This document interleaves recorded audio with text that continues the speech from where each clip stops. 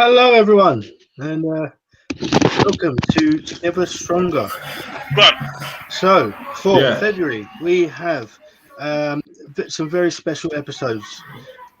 So, we're going to be doing real stories. So, we're going to get on some guests, and we're going to talk about their real stories, experiences that have happened to them. And tonight, we start with our very own Gonzo. So, firstly, Gonzo, how you doing, mate? Yeah, not too bad. Other than Liverpool getting absolutely thumped, but yeah. Well, I mean, it's to be expected against probably the winners of this year's league. But apart from that, you're all good? Jeez. Yeah, I'm all right. Excellent. We're also joined by Uncle Rob. Yeah, I'm all good, mate. Evening. Uncle Rob, how you doing, mate? Not too bad, mate. Not too You bad. right? Thank you. Uncle Rob! Excellent. That's your nickname now. You ain't escaping that one. And Dino, obviously the landlord. Rob. The landlord, man. It's almost that time. What day is it today? Oh no. We've gone past the first of the month. Long time, mate. I don't know what day it is. You already got paid then, yeah? Is that what you're saying? Yeah. I've already collected. It's a bit hard. COVID out there, you know. Oh, mate, listen. Don't pay, take it away. Dino's the producer of that show. I wish. That's wrong. Right, lads. So obviously we know tonight's going to be a quite a special episode. Grant, how are you feeling about this? Nervous. Sorry to everyone if I cry or anything. Don't be nervous, mate. We're here for you. Obviously, we're all with you. I mean, whenever you're ready, mate, you can fire away if you want. Well, my story starts probably pre my accident because I found out. You'll realise what I found out later on. So my story probably starts in 2013 when my granddad died, and then so I had that year when my granddad died. Then 2014, my nan died. And then the worst year of my life was probably 2015 when I sadly had a fatal car accident. Like I said, at this time, there was no drinks involved because I was working, drink or drugs involved because I was working for a courier company.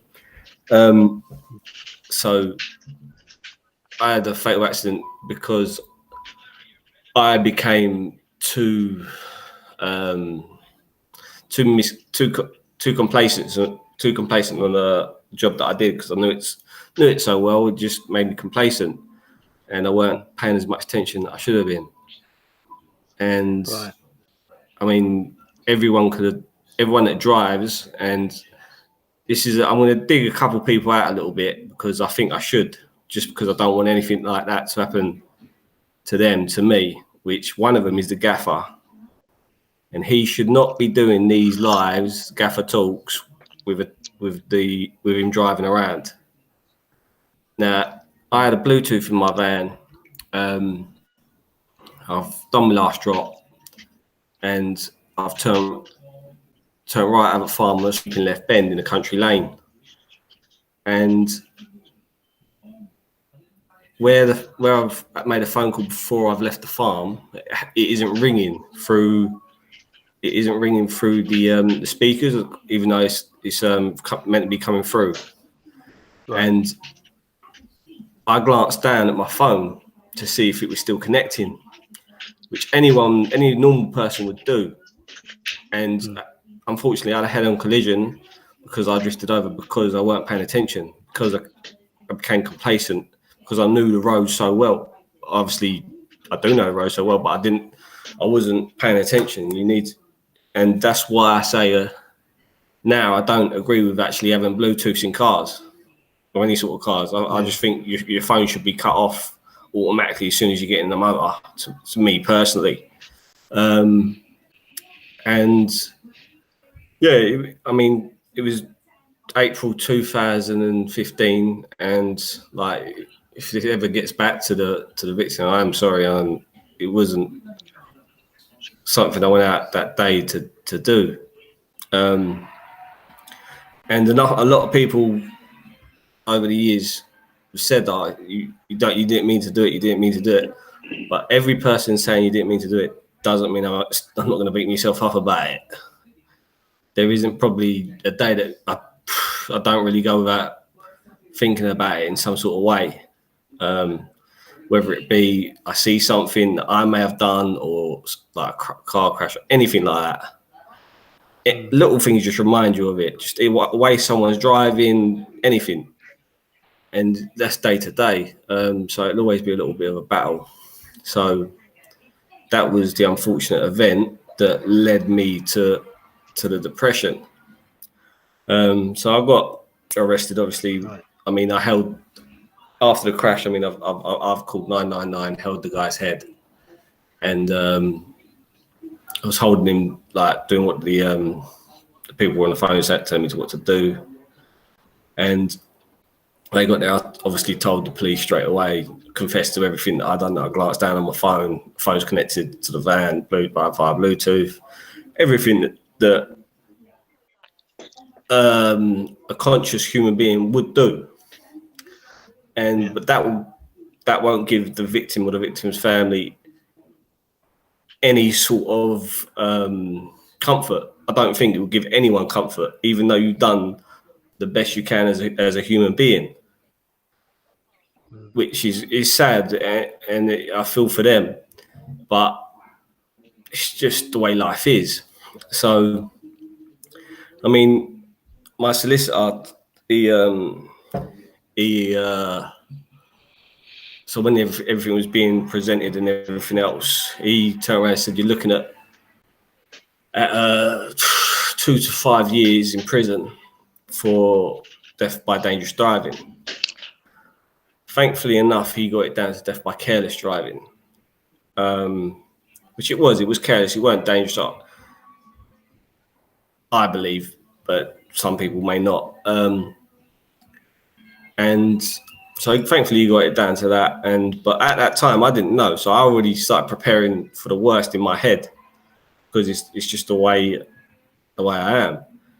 And so at the time I was engaged, and that I sort of pushed everyone away that sort of loved me or in any sort of way. But in that sense, but also like my parents or anything, I always stayed strong. I didn't ever let them see me cry, because I knew they were fearful for me. So my uncle, my nan, my aunties, any sort of family member, I didn't let them see me tear up.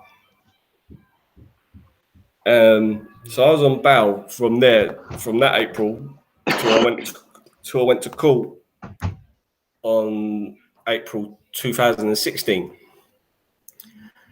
And that whole year was probably the worst year ever, because I weren't allowed back to work, because I weren't convicted until my court date. So I was getting paid, but I didn't have nothing to do. And people would, like, my mum would say, "Oh, come to Spain." Went to Spain for like 2-3 weeks. It didn't help me in any way. Like, a lot of people were saying, "Oh, come do this, come do that." I went to work. I went and worked for a friend for a little bit. Nothing takes your mind off it, especially when you don't know what's going to happen. You don't know whether you're going to prison. You don't know whether you're going to be able to lead a normal life. And there was many a time when I just look at, because I live in a flat, so I look at the balcony, I just think, just jump over or hang myself or whatever. And that is God's honest truth. And the only thing that sort of stuck in my head was, I can't let my mum or my uncle, my auntie or my nan go to a funeral for me. I can't do it. But I had to try and deal with the pain still, but still keep going. And that's when I fell into a bit of drugs.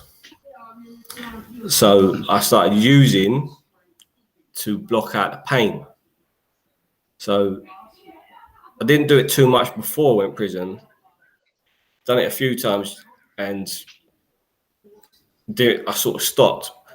And then as it got up to about a week before I went to court, I had a proper meltdown, and I probably drunk 2 bottles of gin. And I remember ringing up my cousin Joe and ringing him and said, "Look, come here, come get me, just come get me." So my auntie came here with my Uncle Joe, and I was covered in claret because I was so pissed. I'd fallen over about 3 or 4 times, smashed a couple of glasses, but still carried on pouring drinks. And the house was a wreck. I was fucked. And so they sorted me out, and they knew I was nervous. And I rang up my uncle. Now he'd done a stint in prison before, and he was the only one to put it to me properly, to put it to me real. He turned around and said, "Listen," he said, "you don't know what the circumstances are of the judge or anything that you're about to walk into. He went, take a bag with you because you don't know any of the background of anything." He said, "And don't think that people think people won't judge you, because it's a human nature for people to judge you." And he told me that real, and he told me that straight. And that's what prepared me massively for being put into prison. So I obviously already pled guilty, so it wasn't a trial or anything. So I obviously pled guilty, but it was a case of it being how long I would do. And I end up getting 2 years, you serve 1. In prison,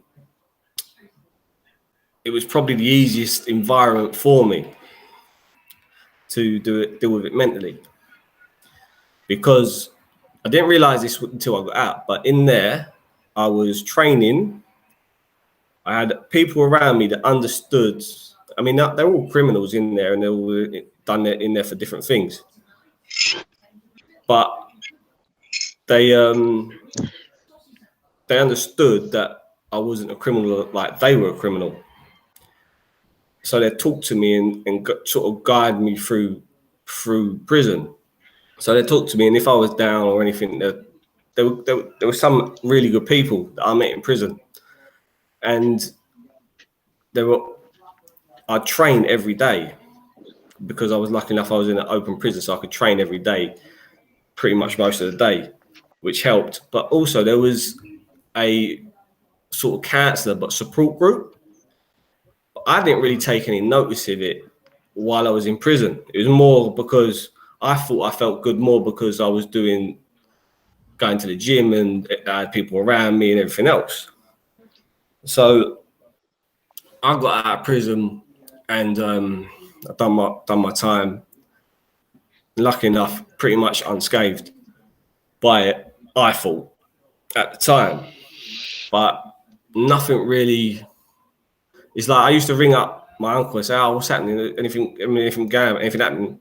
They used to say, "Nah, man, same shit. They just normal shit. Like nothing's really changed." I came out, loads of things have changed. Loads of, like, even just when I got out and like where I lived, things had changed. There was buildings that weren't there, and I know it was only a little while that I was in there, but it was building relationships with certain people had like totally changed, totally gone for like 460, 360, and just literally totally changed. And people, because they're there living it, they don't realize how things have changed because they're living their normal life, whether you're there or whether you're not. And it's like my relationship with my friends became really bad because of it. And in the end, my relationship with family members became bad because of it, because I became resentful that when I was out, they were carrying like their normal lives.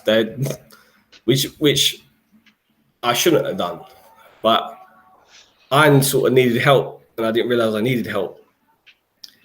And so when I got out, I thought I was all right. Carried on with the gym. I was lucky enough. I had a friend that got me some work straight away. Sort of carried on, and then one day, I just don't know what it was. I just felt so down, and I started using drugs badly. Like I'd go for days where I wouldn't eat, I wouldn't sleep, but the drugs were making me not think about what had happened. So it was fine. The pain was numb, and then when I finally just hit the wall, it was fine because I'd be asleep, and I weren't thinking about it because the drugs had sort of made me so tired in the end that it was all right to sleep because then I weren't thinking about it. Because most of the time I used to hate trying to go to sleep because that's when the memories come back. Yeah. And you see the visions of certain things. And now what I said to you earlier, the reason why I said the 3 deaths was because I would try not to intentionally think about specific moments of that accident. But what I'd done is because I saw my granddad die, or like I got there just after he died. I watched my nan die, and I watched this gentleman die. If I thought about one, I thought about all 3. So one of them would bring every single bit of pain back for all 3. And that's not taking any sort of how do I say it? That's not taking any sort of importance away from him. Anything away, yeah. From him, any sort of importance away from him. It's just if I thought about him, I thought about my nan. I thought my granddad. If I thought about my granddad or my nan, I thought about him.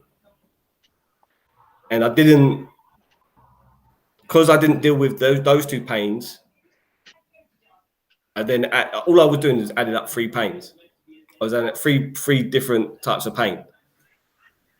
And so the drugs and the drink and everything else was stopping me from feeling those pains. And I probably went for about 2 years like it. I stopped working, I'd stay indoors, became a hermit, and didn't really want to see anyone, didn't want to talk to anyone. And I'd literally just go for the blinds would be pulled. Even the next door neighbour, she didn't mind me, like she thought I was quiet and everything else, but it weren't that. I was just in my own little zone, like trying to just. I mean, it was me basically trying to stay alive, but in the wrong way. I was living, I was alive, but I wasn't living. So again, you still thought about the thoughts of jumping and wanting to kill yourself in any sort of way, but I just couldn't do it. But I had to deal with the pain. And there was people that came in and out of my life or whatever else, and they wanted to help, but I didn't want to help myself. I couldn't help myself. I wasn't ready. And then one day I went to the pub, and I met a guy called Adam, and it was literally, I had long hair, and there was this Tottenham fan. His name's Ben, and he said, like me and Adam was talking about Chelsea because Chelsea were playing. He's a Chelsea fan, and then I went, who do you support, like? And then he turned around. He went, Tottenham. I went, oh, I fucking hate Tottenham. Can't stand them. And he turned around. Well, you can fucking talk. I don't really like your fucking bonnet. Look at the state of it. Because I did. I looked like a hobo where I hadn't been out or anything for ages. And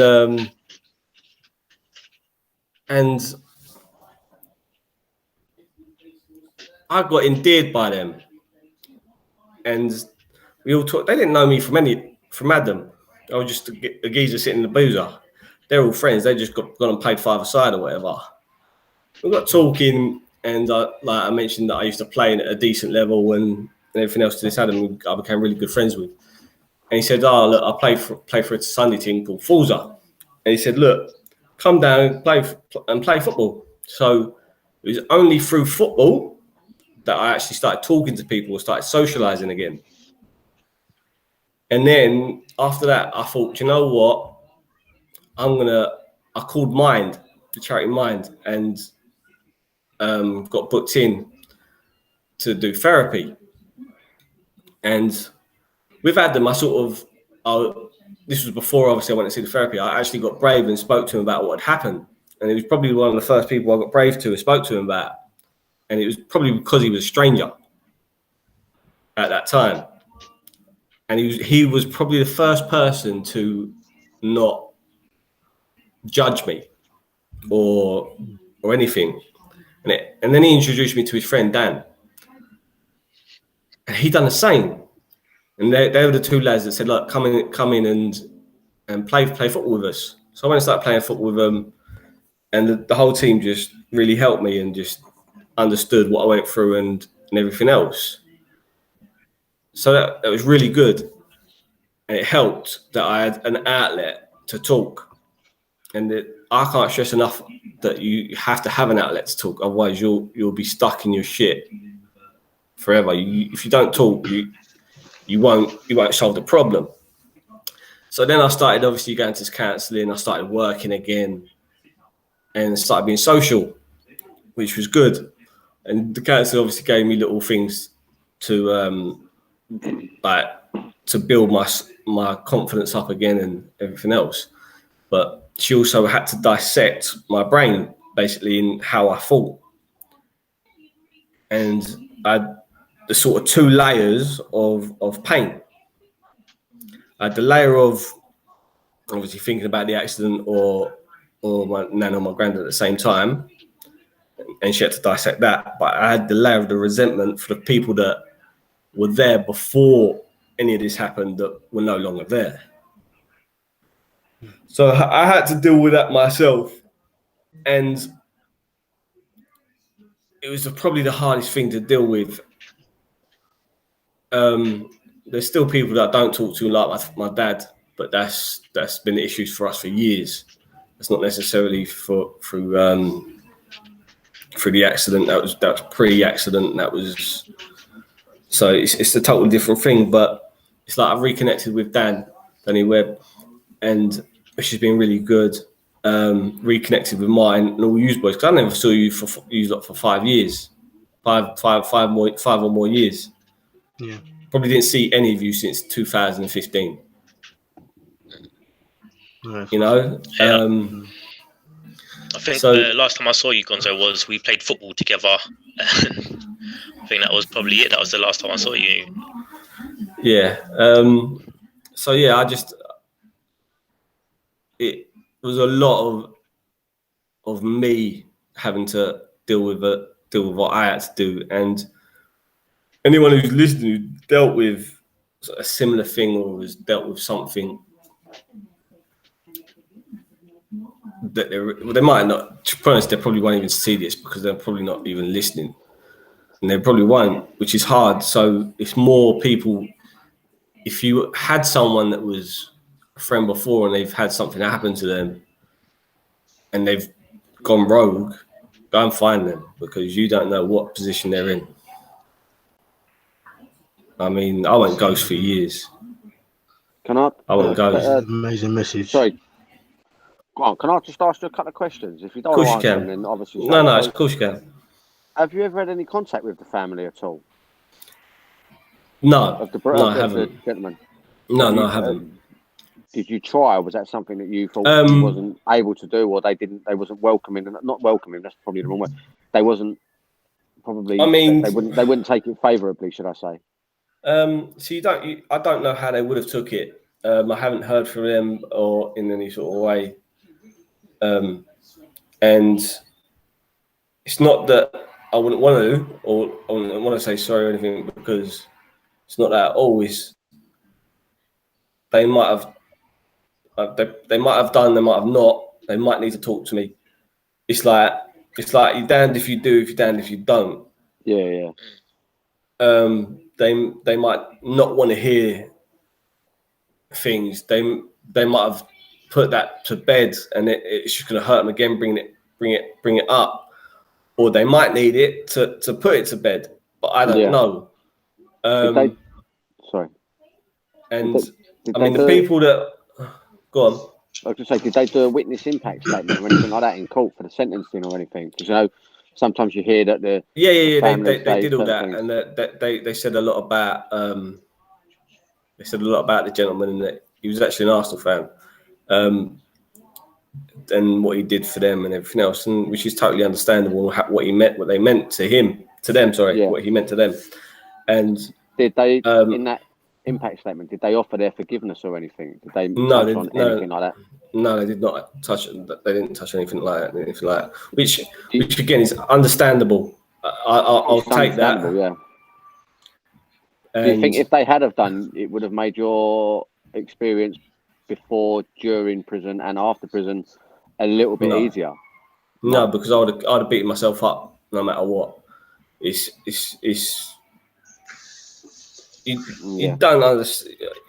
I don't think anyone who hasn't been through it would understand the faults of I've done that. I can never give that back. Why am I here? Like if I'm just here to hurt people, why do I exist? Like I'm just here to hurt people. There is no other reason. Those were the faults that used to go from I'm just here to hurt people. There's nothing good that I can offer. Yeah. So I don't know if you remember, Gonzo, when you come out, I think you'd been out a couple of weeks. I bumped into you in the Beehive at New Eltham. Yeah, I do remember. And I said to you, hello, mate, I was really pleased to see you and that. I obviously knew what had gone on. And I said to you, you're looking really well. And you said, don't worry about how I look. I feel fucking awful.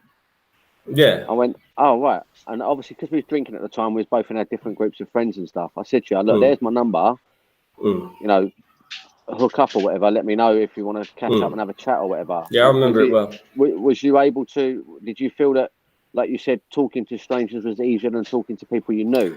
Yeah, 100%. A new circle of friends. Yeah, 100%. I felt personally speaking to strangers was better for me. I don't know why. I can't explain it. I can't get my head around it personally. I just felt more at ease.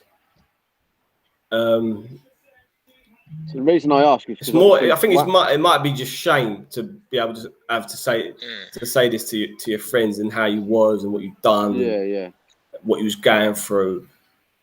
The reason I asked that about opening up to people that you know, right, or opening up to strangers, which is terrible, is because obviously the whole reason we're doing the Calm 84 and that is to fund to raise money to get the phones open more hours and get more volunteers and stuff like that. So obviously you telling your story there emphasises so much more what we're trying to do as a team. I'm just going to ask you a couple more questions, Gonzo. Go on. When you first met up with the boys down at Goals, we was all the first we turned up. How did you feel walking into the car park thinking, shit, I've got to face this lot after everything that had gone on? Because like you say, it'd been 4 or 5 years since we'd all sort of seen each other. How was that feeling? I mean, it was nice, but it was also a bit like, shit, does everyone know the real reason why I've gone ghost for so long? It was a bit nerve-wracking. I mean, obviously I was with Dan, and Dan, I mean, we just reconnected and everything else. But Dan obviously came. He was one of the only ones that did come and visit me in prison, and even though he says that he wish he'd done more, to be honest, there's not much you can do. It's more. I mean, when you're in prison, you deal with it your way. You have to deal with it no matter what. Anyway, you sink or swim in there, and it was. But it was nerve-wracking. I didn't. I'll put it this way: I wasn't happy going there, but as soon as I got into, the funny thing is, like, I'll put it in the aspect. I've literally just thought of this now. The same aspect was, so my uncle, he told me one thing about, he said, listen, he said, you're going to get people trying intimidate you and everything else. He said, but do you know what you got? He said, when you got people skills, you can talk because you used to promote and everything else. So the other thing is you can play football. You're a decent footballer. He goes, in prison, everyone loves a good footballer. Everyone, like, they want you to be on their team, blah, blah, blah, blah. The funny thing is, that's exactly what happened. And it was weird. Football has helped me get through situations and get at situations and get through. To be honest, football, if you look back at it now, if it weren't football, I probably wouldn't be alive. If you look at it, if you break it down into those three sections, if you break it down, football helped me in prison. Football helped me before prison. Before everything else, I love football. That was me. Football helped me where I felt the most vulnerable. And then football brought me back out through meeting people that love football in the pub. Brought me back out of the dark. So if you look at it, if it's my passion has brought me full circle. Yeah. No, I just curious. And I literally just thought of that, and if you look at it, if you break it down, all three things of keeping all three things in the way that all three things have kept me. All three times it's kept me safe. Well, I'm glad it has, mate. I'm sure we all are. I'm sure everyone watching and everyone around you and that is glad that you've not come through the other side, because I've spoken to. No, I still have my demons. You still have your demons and that. You're still battling your demons on various days. You have good days, bad days, and all that. But obviously, the lockdown can't be helping you at all, because obviously this works. You know, I know you're still working, but the football's dried up, so, and the social side of it, and that. So that must be sort of an effect. I mean, you're lucky that you've got a partner that understands and knows your backstory and stuff. I do. I mean, it's probably the best thing I ever did was be honest with my partner from the start.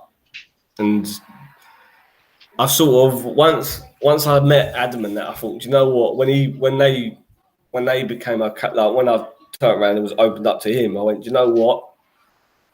If I'll say what's happened, I say how I am, I say what I'm dealing with, and if you can't deal with what I've got to deal with, then it's fine. That's your thing, but I've got to deal with it either way.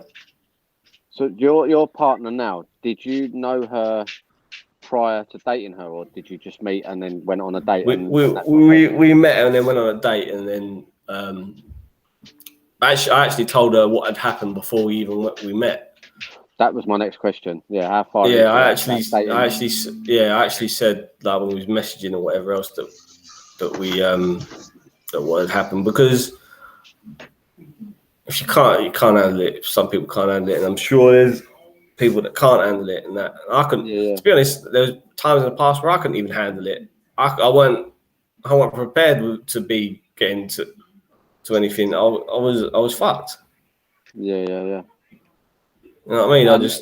You said you told her via message. How nervous was that wait before she responded to saying, "Oh," or whatever she replied? How nervous was that wait? That 2 minutes, 3 minutes, 2 hours, however long it was.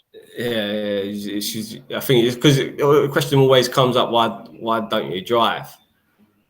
Yeah, and it's just that's the question. Like, it's just what is what it is. You either be honest or you lie, and I think my lying days are over.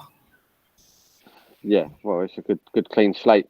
I suppose, like you said before, a clean slate is what you had to start and move on with. So, no, sorry, just thought I'd ask them a few questions. If I think of any more, I'll put my hand up. Let the others have a go. You all right, though? Yeah, I'm all right. I don't know how I got through that, but I got through it. Do you know what? Yeah, Gonzo, thank you for sharing that with us, man. That's listening to all of that is a lot to take on. And just being on this side, listening and thinking like me, just thinking, wow, that's a lot to deal with. I can only imagine what you were going through and what you were having to deal with. That's crazy, and to carry that burden by yourself for a long time. Take my hat off to you, because some people are not strong enough to make it through. They'll carry a burden like that for only so long, and then they'll do the worst thing and take their life. And I think that's what Calm 84 is trying to stop people from taking their life. And some of the things that you mentioned about not allowing your parents or your grandparents to go to your funeral, I think that's such a big message out there, because a lot of people that's the only that when you're at the deepest end of it, it's the only thing that did keep me alive. That's where it was deepest. It was that thought, I can't make my mum fly over from Spain and either like see my ashes and see me go through. Can't put her through all that. Nah.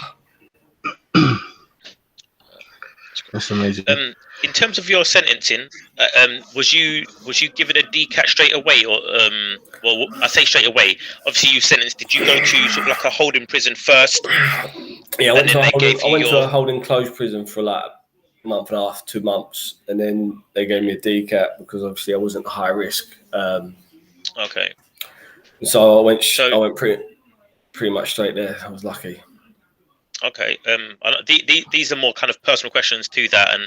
And so was you local? So when I say local, was you like in your holding prison? Was you local to? And then your DCAT, was you Ford or? No, I wasn't local to here. I was down like in Sheerness. I was first of all went to Elmley and then went to Stamford Hill. Stamford Hill. Yeah, both on the Shepherd. Yeah. Okay. That couldn't have been easy for your family, Gon, because they're not easy places to get to visit, are they? Really?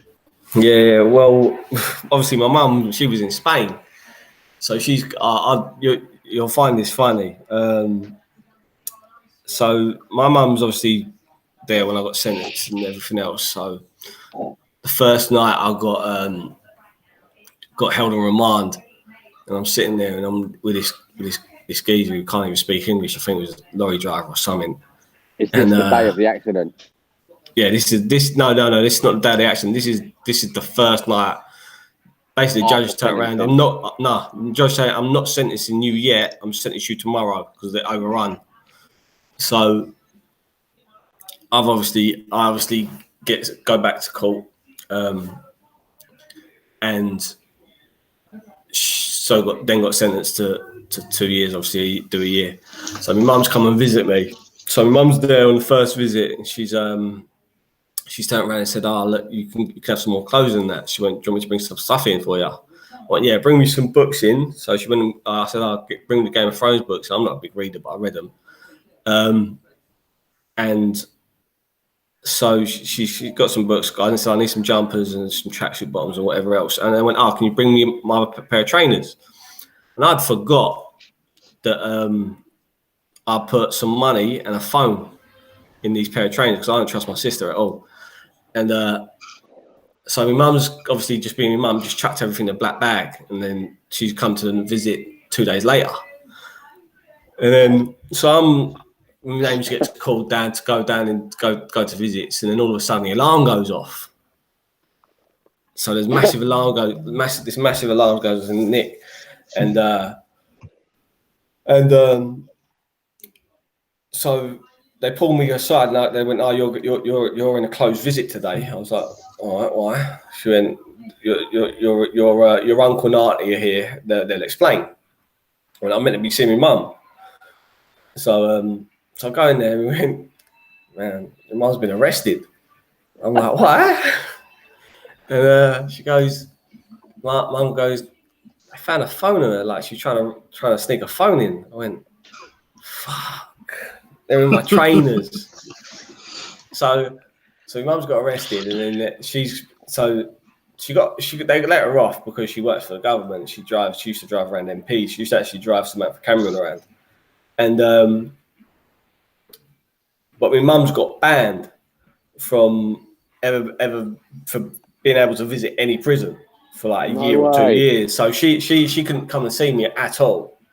Even though she's come over from Spain, she can't come and see me at all for the whole sentence. She couldn't see me. The only time my granddad on her side, like her dad, passed away while I was in prison. The only day that I got to see her was at his funeral. I didn't really know him or anything.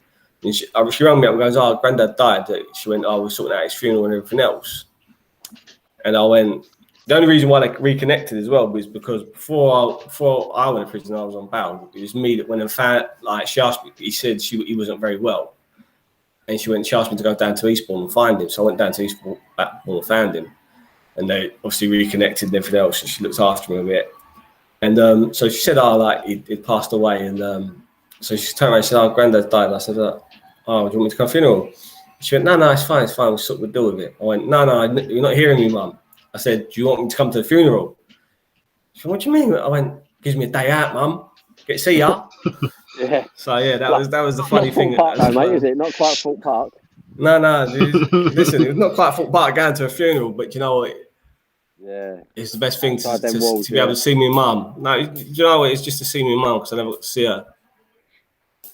So yeah. That's amazing. Yeah. I mean, if I can, Gonzo, I just want to say, firstly, well done, mate. You've been you've been so brave to come on here and obviously tell your story, and I can confidently say we're all very, very proud of you, especially how you started to overcome, the bad mental health issues, and now you're obviously helping other people as well. Yeah. And your story itself is gonna help hundreds and thousands of people. Do you know what I mean? So well done, mate. And obviously we can move on. And obviously, we're all here for you if you do ever need us. Yeah, of course. I know that now. It's a thing that you lot won't get. You'll always say, it's not even that. I'll still say it now. You'll still ask me, are you all right? Are you all right? I'll probably still say I'm all right. Probably ain't, but I still say I'm all right. It's a natural thing to do, isn't it? I think we all do that, to be fair. But I just want to say quickly as well, everyone watching, if you've got any questions for Grant before we log off, please get them in the comments now. I'm going to read a couple of the comments that have been put down so far, Gons. I don't know if you can see them, but obviously Martin at first said so brave. Obviously with a love heart. We have Dave Thomas, who says, proper brave. I know it helps to get off your chest. I was at Old Bailey and got a 9 and I found out a lady had a heart attack during my armed robbery. I knew I was guilty and was only worried how she was. This is proper brave. A leopard can change his spots. He can. He actually can. He's right. Exactly. That's a very good message there, Dave Thomas. Obviously, Dean, our lovely Dean here, has put respect, Gons. Emma has put, well done, Gons. We are here for each other. We've got some love hearts from Louise Cunningham. That's the other half. Yeah. She's got to do that. She's obliged. Yeah. And then Martin's put again on the end, oh my God, what a story. And I've got to agree with him. It was an absolutely fantastic story. And obviously even better with the way you've come through it. And as you say, football's effectively saved your life. It has. If you break it down, it has. You just got to break it down. Yeah. Let's all wait for Boris to get these fucking pitches open again. Can I ask you a question? Go on. What, in the space of time that you was inside, from the moment sort of like you walked through the doors, what was your emotions like then when you walked through that door? Nah, do you know what? When that door slammed behind you? It wasn't even a door slamming behind you. Do you know what it is? When you're in the sweatbox and the door opens for the sweatbox to drive in. I was going to say, Dean's too nice to know what a sweatbox is. You'll have to explain what a sweatbox is. Sweatbox is basically the van that you sit in, like you're in a box. Oh, Gons! You're sitting there. Gons, I think you'll understand this, Gons. I'm going to share something with you. I haven't repeated this for the best part of 11 years, but AA8875. I think you should know what that means. Yeah, that's a prison number. Shit, I don't even remember mine. I don't even remember mine. So yeah, he's done a stint. But yeah, no, it was Blue Cups. canteen sheets. Yeah. Oh, yeah, nice. I'm glad I'm lucky enough. I didn't have to deal with that too long. But yeah, no, it was definitely. Dana, where was you? Wandsworth and Ford. I heard that was a shithole, Wandsworth. No, not live on air. Leave it alone. Let him do his story another day. Okay. Yeah, no. Nothing like what. Do you know, Gonzo, like I said to you in a video message, and you have something in common, and well, only a little something in common, but listening to your story, it's honestly for you to be able to share that live on social media, for you to and to recount everything that happened, with like, because it was tragic. It was tragic for everybody involved. There wasn't one person that could be happy in any of that situation. There's not one person that is not hurt. No, and for you to be able to air your message live and be a beacon for other people to come forward, you know, that takes so much courage. Honestly, it takes so much courage. And I'm betting me and you could go backwards and forwards about stories of what it's like to be there, but I'm telling you, man. To be honest, that's what I'm saying. Like, and I don't mean this in a horrible way. Prison was the easiest part. The build up, and the after is the hardest. That hurts. That's when you're on it, because there you have to. It's not. You're distracted by having to survive in a different environment, so you're distracted from your thoughts. I've got a little question actually for you guys. In terms of your mental health, in those like last few days leading up to obviously your release, what were the sort of, how was your mental health, like what was the state of your mental health then, and what were you thinking? See, there it was okay. It was I was happy to be getting out. I didn't tell a lot of people that I was getting out, because basically I got my sentence reduced. Because the judge turned around and she didn't really read my pre-sentence report, so she sort of messed up there, which was unfortunate for her, but it was quite fortunate for me. And I didn't tell a lot of people that I was getting out. So there was two people that knew I was getting out, and that was my cousin Joe, as a lot of you here know, and my uncle Damien, who picked me up. And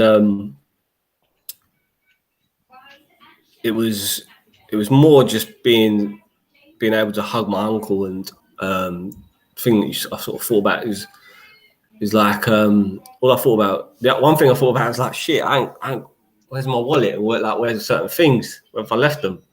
So I rang my mum and went, oh mum, do you know where my wallet is? And she went, it's out here in Spain. I went, what's it doing in Spain? And she went, oh, I brought it with me. So why'd you take my wallet to Spain? And which has got all like my IDs.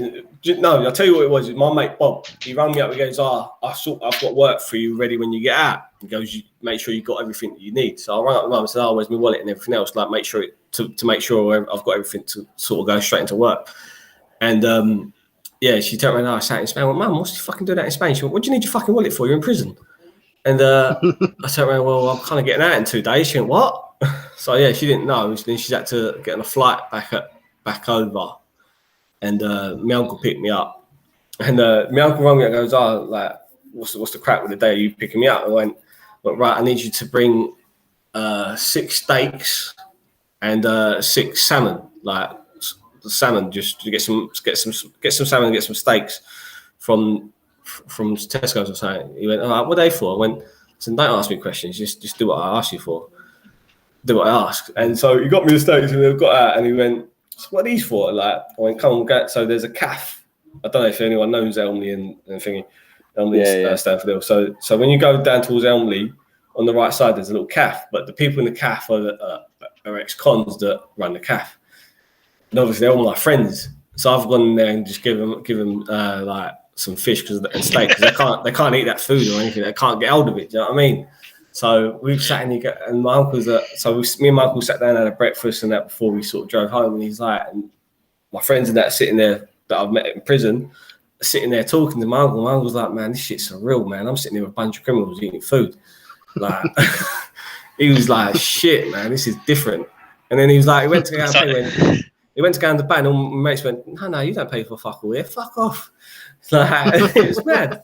It's just like, it's just a different thing. It's just a different thing. Just on your release, how were the prison and probation services? Did they prepare you for your mentally? Or I know my mate's about to be released at the end of March, coming out on tag. And I'll be honest, they couldn't really. In recent years, they've overhauled the probation service to not just be about tracking where you are; it's also about tracking your mental health. Did you find that yourself, or back then it was they were struck? They didn't really have the facilities to put you up, so they didn't offer any of that sort of thing. In terms of mental health, didn't have any of that. They had better mental health sort of things inside prison than offering it when you go out. But I'll give them a little bit of leeway because I was only because of my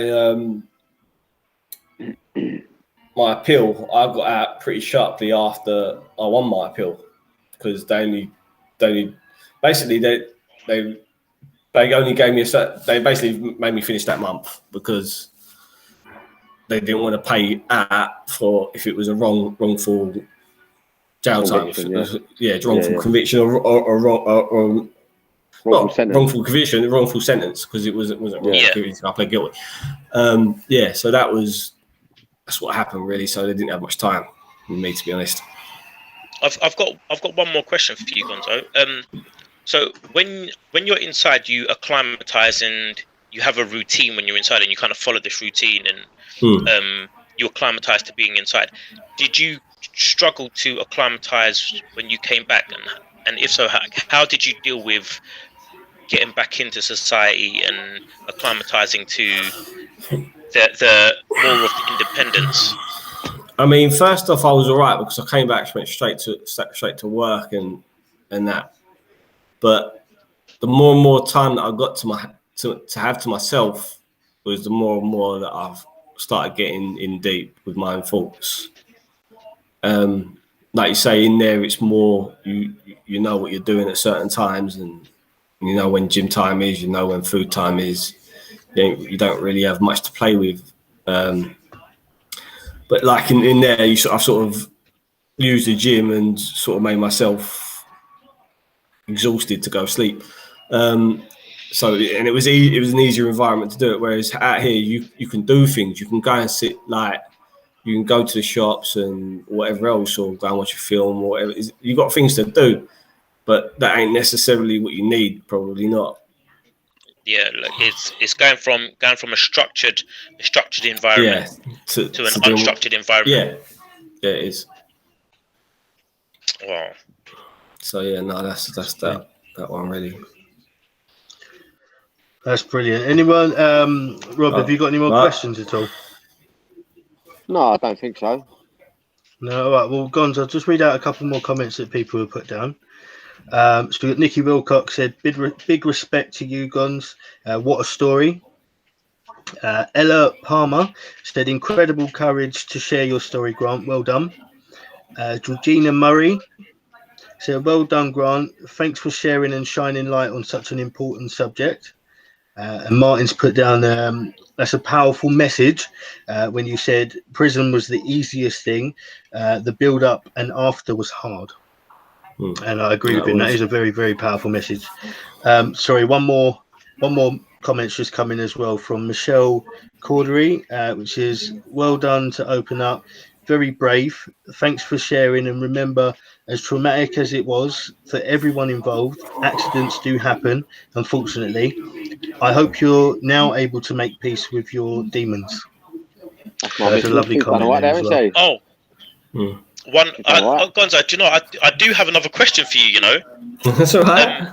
So yeah, no, but and this one, I'm not too sure if it's going to be insensitive, but have you since that accident? Have you tried to drive? And how do you to like get back behind the wheel? Just to kind of no, it's fine. It's a fine question. I can answer that. My mum, being the professional driver that she is, because she has to do evasive training and everything else, she made me get into a car 2 days later. She said, if you don't get into a car now, you don't get into a car now, you never will. If you don't get behind the wheel, you never will. So she was the one that, because obviously where I hadn't pled guilty, it was on bail. I still had my license, and they couldn't take it off me until I pled guilty. So yeah, she took me out driving. I was fine driving, but I was a lot more aware.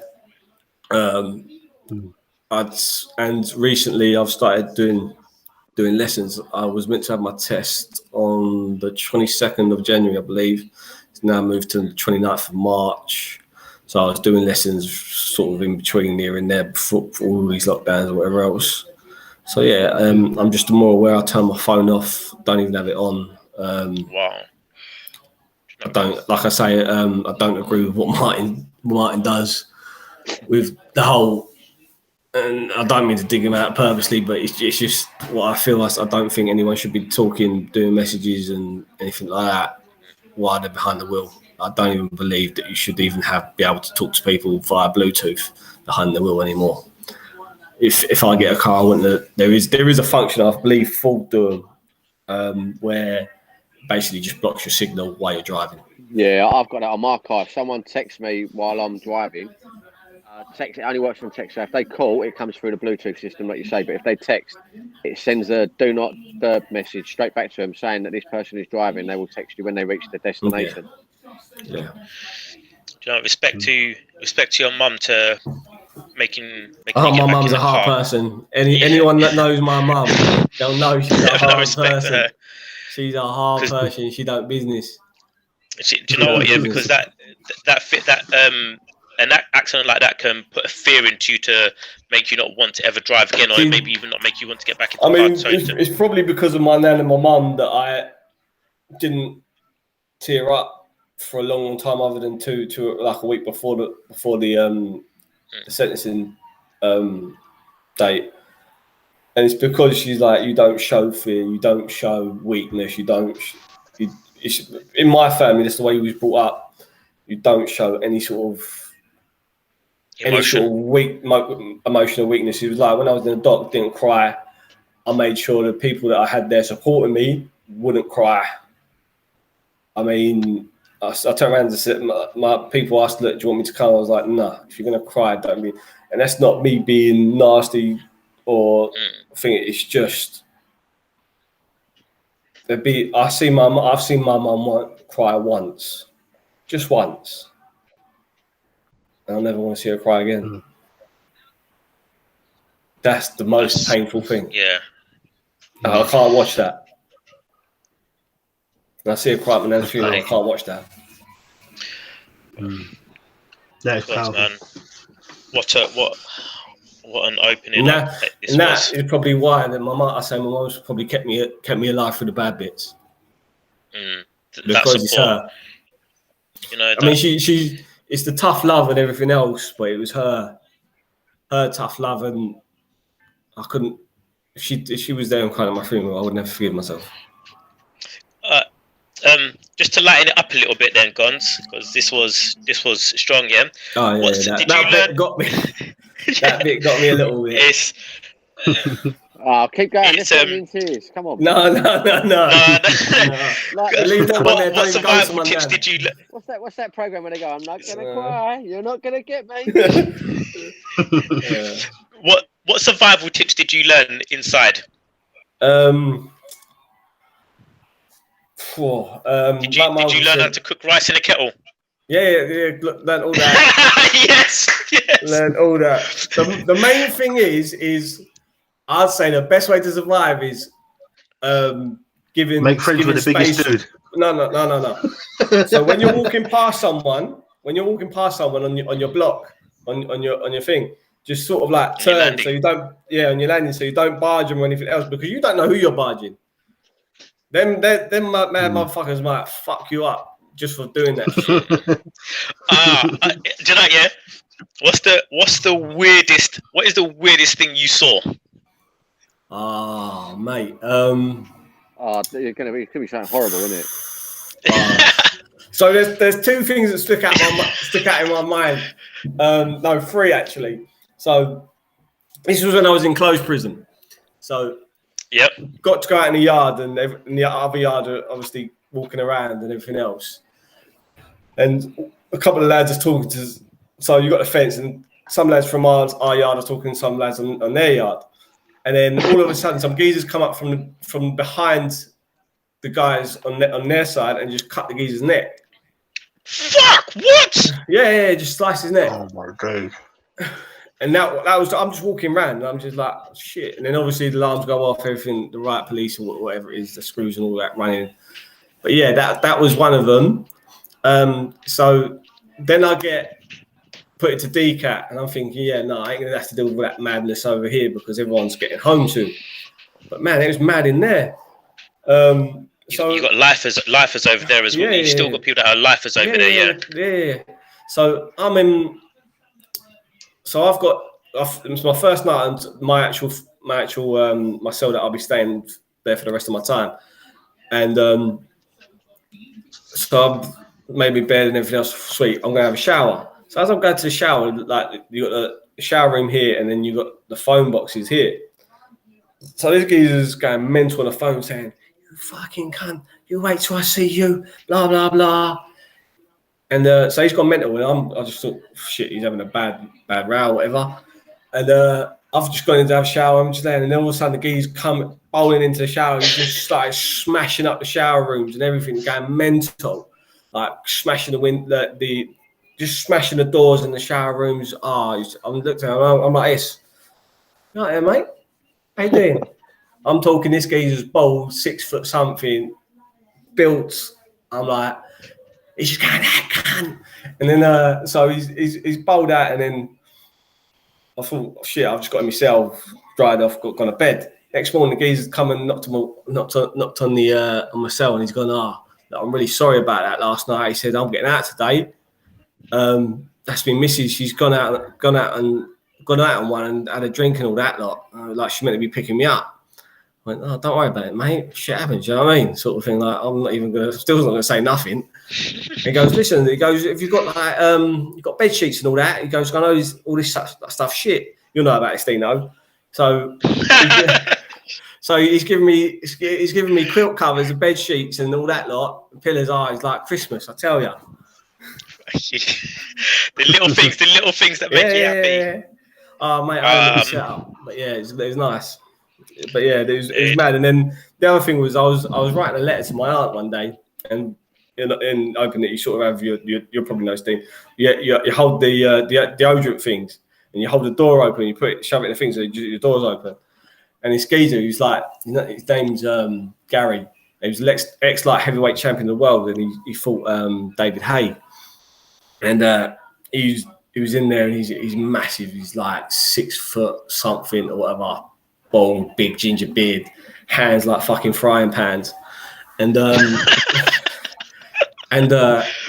he's come out of the shower. He's got this like loincloth of a towel, and he goes, I think it's time for your struggle cuddle, like that to me. I'm just looking at him, mate. I went, mate, you think I'm gonna struggle? Fuck that, wouldn't be worth it. I don't know if you can see it on the screen, but Martin's put a comment. Says, "Don't say it, Rob. Do not say a word." We'll leave that one there. So yeah, that was nothing. Those were banter on our group. So no, but there was one story. So there was this guy. There was one. Hang on. Just on the back of that. How did the struggle cuddle go? How did that end up? He turned around and went, do you know what? He turned around and goes, the story. No, do you know what? Fair play, and walked off. So he's like, No, he was a good man, and he was a nice guy actually. I forgot he was in there. He was a lifer actually, but he was a nice guy.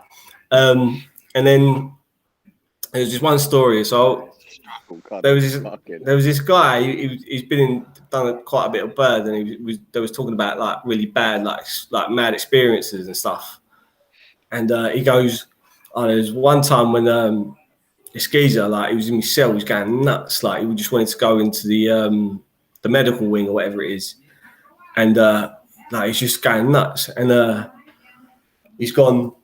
So he's pressed the bell. He said, "Listen, I need to. There's something wrong with me. I need to just go to the medical unit. Blah blah blah." And he's going. The screw's gone. "No, there's nothing wrong with you, mate. What's nothing wrong with you? Shut up," sort of thing. He goes, "Ain't there?" He's got a razor and split open his bollocks. I went, "Now we've got a fucking problem, haven't we?"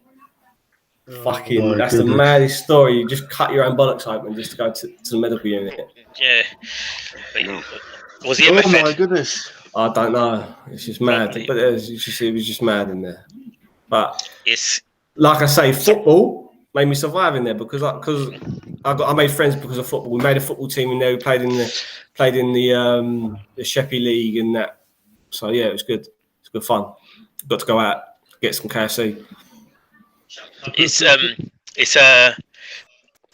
a weird experience, man, and you develop some really good war stories and things that you can kind of talk about, and especially to somebody that can relate to it.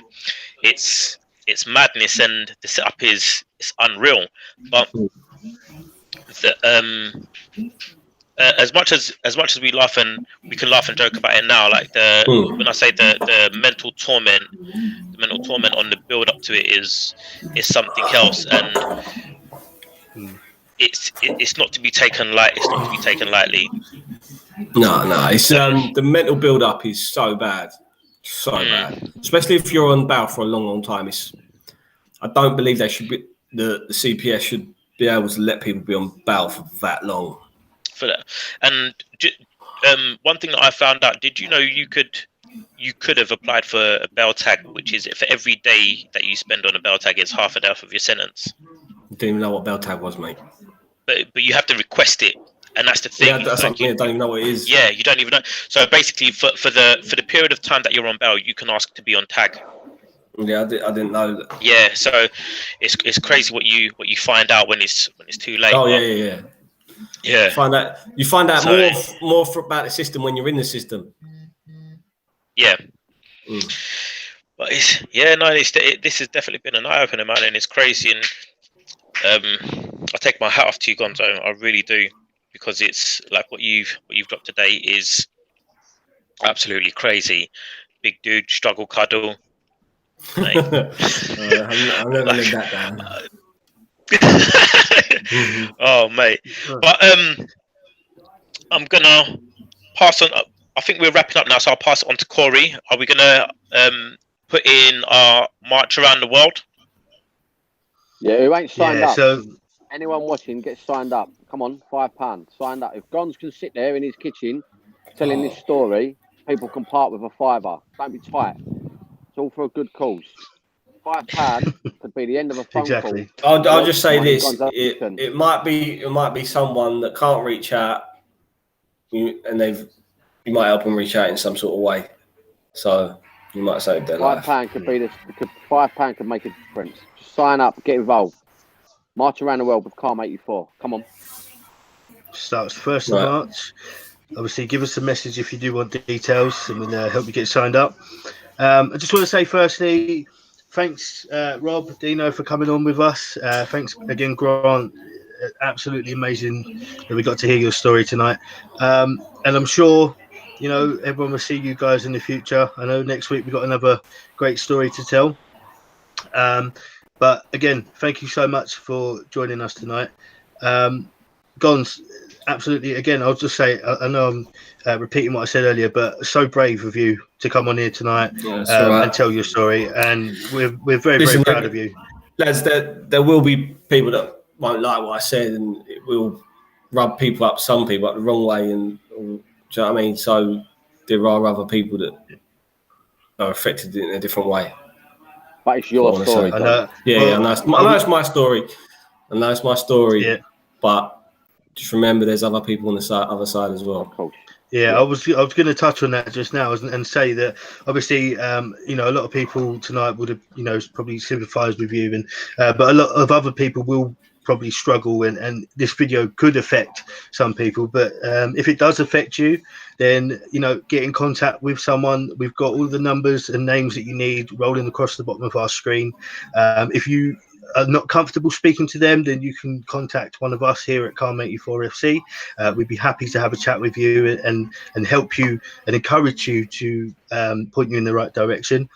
And again, obviously, anybody that wants to come and get involved, as Rob's already said, and we've all said, come and join us on our events and help us raise money and awareness. And we're trying to do the best we can. Thanks to everyone tonight who was watching and commented, everyone who shared. It's been absolutely amazing. We'll see you again next week. Don't forget to follow us. Our socials are Facebook, Twitter, and Instagram is at Calm84FC.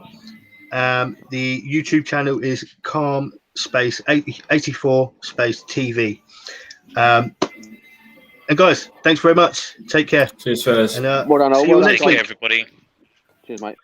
Bye, everybody. Take care.